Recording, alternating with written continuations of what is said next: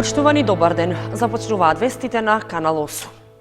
Над 30.000 евра планира да потроши општина Кочани од сопствениот буџет за изградба на потпорни ѕидови покрај реката Масалница за потребите на патот од Оризари до локалитетот Добра вода.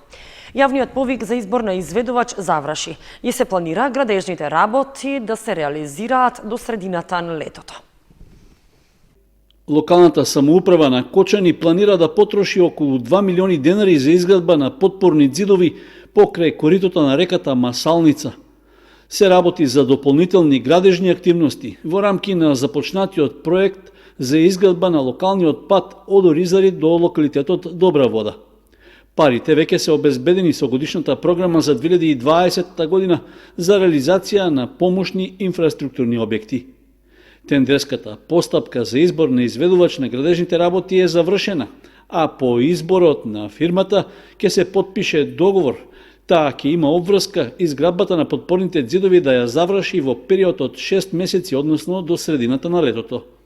Во проектната документација, што беше дел од постапката, посочени се конкретните детали и активности што избраната фирма ќе треба да ги преземе за реализација на задачата. Со оглед на специфичниот терен каде што се гради патот, особено на местата каде има карпесто земјиште, изведувачот ќе има обврска да отстрани дел од ископаниот материјал, а по потреба да направи и пренасочување на речното корито. Инаку, почетокот на изградбата на патот од Оризари до Добра вода официјално беше означен лани во средината на ноември, при што беше истакнато дека за инвестицијата се обезбедени над 26 милиони денари.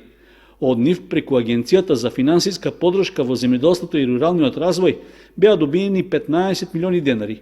Остатокот од парите до вкупната вредност се обезбедени со кофинансирање од општинскиот буџет. Општина Кочани не ја реализираше постапката за набавка на полуконцертно пијано за потребите на музичкото училиште, но и за други настани од областа на културата. Иако од општинскиот буџет за оваа намена беа издвоени околу 10.000 евра, не е добиено соодветна понуда. Основното музичко училиште Ристо и Руков ќе почека уште извесен период пред да добие ново полуконцертно пијано, со оглед што постапката за набавка што почна во ноември минатата година не се реализираше. Причина за тоа е што до крајниот рок на објавениот јавен оглас за пријавување фирма што ќе го обезбеди инструментот не е поднесена соодветна понуда. Постапката за набавката е поништена, а за да се реализира нова, ќе биде потребно повторно да се распише јавен оглас за прибирање понуди. Трошоците за купување на инструментот ги покрива општина Кочани од сопствениот буџет, со оглед што таа е основач на училиштето и со тоа е надлежна за неговото функционирање. Проценетата вредност на набавката изнесуваше над 630.000 денари без трошоците за ДДВ. На вистина и ние сами заклучивме дека има потреба од таква реализација и како што знаете, на еден од советите во минатиот период донесовме одлука, односно добивме согласност за набавка на полуконцертно пијано. Средствата се веќе резервирани и планирани за тој проект. Евентуалното повторување на постапката за набавка може да значи и покачување на сумата за купување на музичкиот инструмент за да се добијат поприфатливи понуди. Полуконцертното пијано треба да биде првата поголема набавка од таков карактер во Кочанското музичко училиште што со години се најавуваше, но досега не се реализираше. Неопходноста од инструментот беше повеќе од очигледна бидејќи единствениот таков е амортизиран и често се чека на поправки кои чинат и пари и време. Потребата беше согледана и пред 7 години, кога концерт во Кочани одржа светски познатиот пијанист Симон Трпчевски, при што парите што беа собрани од влезниците за концертот, тој ги остави како негова донација за набавка на професионално пијано. За жал, парите тогаш не се потрошија за таа намена, а тогашната локална власт никогаш не кажа зашто точно биле потрошени или пренаменети и покрај неколкуте инсистирања на советниците на седниците на Советот на општина Кочани. Како и да е, неопходно е набавката за ново полуконцертно пијано да се повтори и да се реализира, со што во музичкото училиште ќе се создадат поквалитетни услови за обука на учениците, но и за јавни настапи и концерти на домашни и музичари од страна. Сите 5 основни и двете средни кочански училишта ја направија задолжителната дезинфекција, дезинсекција и дератизација на училишните објекти, како и останатите подготовки за време на зимскиот распуст. Подготвено ги дочекаа учениците на првиот ден од почетокот на второто полугодие од учебната година. Започна второто полугодие од учебната 2019-2020 година. Училиштата ја направија задолжителната дезинфекција, дезинсекција и дератизација на училишните објекти, мерки кои што се задолжителни пред стартот на второто полугодие. И не само со чистењето, туку се направени и останатите подготовки во однос на затоплувањето и другите технички услови и чистење на училишните дворови, како и во однос на наставата во училиштата со одржување на наставнички совети со цел подготвено да ги дочекаат учениците во второто полугодие. Општинското основно училиште Раде Кратовче е подготвено за почетокот на второто полугодие. За почетокот се спремавме на тој начин што направивме генерално чистење на сите училници, односно комплетно на целото наше училиште. Понатаму направивме дезинфекција и дератизација на објектот и е извршена набавка на потребните количини на нафта кои се потребни за огрев на нашето училиште. Одредени училишта ја направија и потребната реконструкција на некои делови и промена на столаријата. Денес е првиот ден од започнувањето на второто полугодие, по завршувањето на распустот, започна второто полугодие за оваа учебна година. Нашето училиште спремно ги дочека децата, спремни сме во се, комплетно. Збора, снабдени сме со нафта, со грејење, со кадар, како што си беше и досега. И можам да кажам само дека за зимскиот распуст, кој што беше неработен и за децата, и еден дел и за наставниците, кај нас беше работен, направивме замена на вратите, направивме белење на училиштето, на холовите, сменети се старите врати, да кажам, и цоклињата се прават, се фарбаат и веќе училиштето изгледа во ново ру. Се надевам дека ќе се допадне на децата и родителите тоа што го работиме. Во ова училиште ќе се работи и на уредување на дворот, како и забавно-едукативен центар, а планирано е и комплетна замена на осветлувањето во училиштето. Епидемиолозите пак од Центарот за јавно здравје апелираат дека со стартот на второто полугодие од учебната година постои опасност од ширење на инфекции и вируси. Затоа препорачуваат, освен темелно чистење и дезинфицирање на училишните објекти, секое училиште е задолжено максимално внимание да обрати на хигиената во објектот, а учениците да имаат пристап до сапуни и чисти тоалети.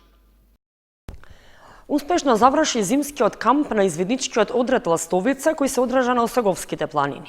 На кампот, освен дружење, извидниците учеа извиднички вештини и се усовршуваа во изучувањето на тајните на извидништвото. Од 14 до 19 јануари се одржа зимски камп на извидничкиот одред Ластовица од Кочани.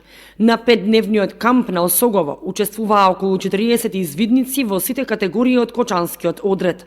На кампот се изучуваа извиднички вештини, игри од забавен карактер, како и многу дружење, санкање и скијање. Покрај извидничките вештини имаше презентација на укажување прва помош, како и презентација за опасностите и правилно движење низ планините. Во истиот период камп имали 60 извидници од првиот скопски извиднички одред, со кој што нашите извидници извеле краток хајк. Од извидничкиот одред Ластовица се надеваа дека од оваа година во наредните години зимскиот камп ќе прерасне во традиција.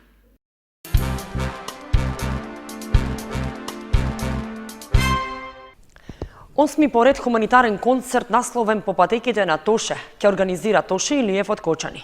И годинава ќе се одржи на истото место во спортската сала кај гимназијата, а собраните средства ќе бидат наменети за помош на 9-годишната Ивана Алексова од Кочани, на која и се потребни средства за лекување во Белград.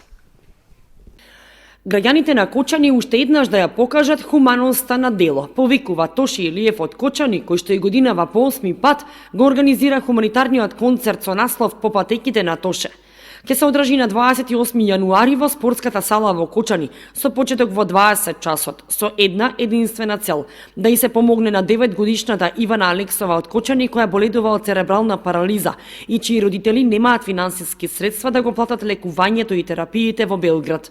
На 3 терапии Ивана веќе беше и се чувствува подобра. Една терапија чини над 1500 евра, а се потребни повеќе терапии. Организаторот Тоше Илиев со концертот ја продолжува хуманата мисија на Тоше Проески, кој што пак, додека беше жив, му помогна на ист начин со хуманитарен концерт во Кочани за негова операција. Токму и затоа концертот се одржува секоја година на датум блиску до роденденот на Тоше Проески. Во годинешниот концерт ќе настапат голем број на локални музичари, како што се Петар Малинов, Театробенд, Оливер Стаменков, Драгана Јорданова, Сања Златкова, Дарко Стојчов, Кристијан Петров и Јован Стојанов, а од познатите, односно од популарните македонски изведувачи ќе гостуваат Наташа Малинкова, Филип Пецовски и малата, но прекрасна Мина Блажев. Ова е 8 година поред на одржување на концертот. Претходните 7 беа организирани исто така за помош на наши сограѓани на кои им е неопходна помош. Влезницата и годинава изнесува 100 денари, а концертот ќе започне во 20 часот. Сите хумани граѓани кои што можат и сакаат да донираат за малата Ивана, да може да застане на нозе, ќе може да го сторат тоа на телефонскиот број за донации во T-Mobile 070 143 183 и на жиросметката во Унибанка. На 22 јануари со почеток во 18 часот ќе биде промовирана книгата Треперење на душите од тројца родноукрајни автори Катерина Данилова, Киро Герасимов и Славица Цветкова. Промоцијата ќе се одржи во библиотеката Искра.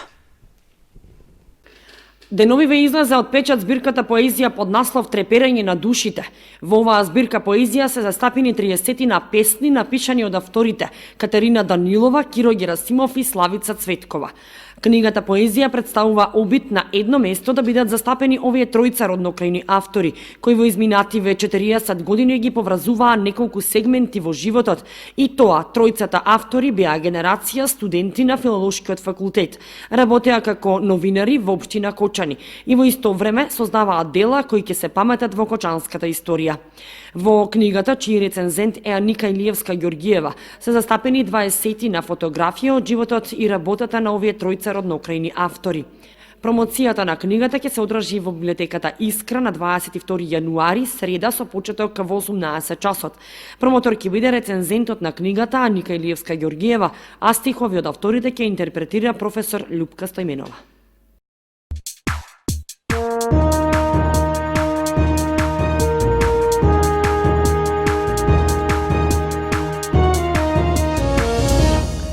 Следува информацијата од спортот.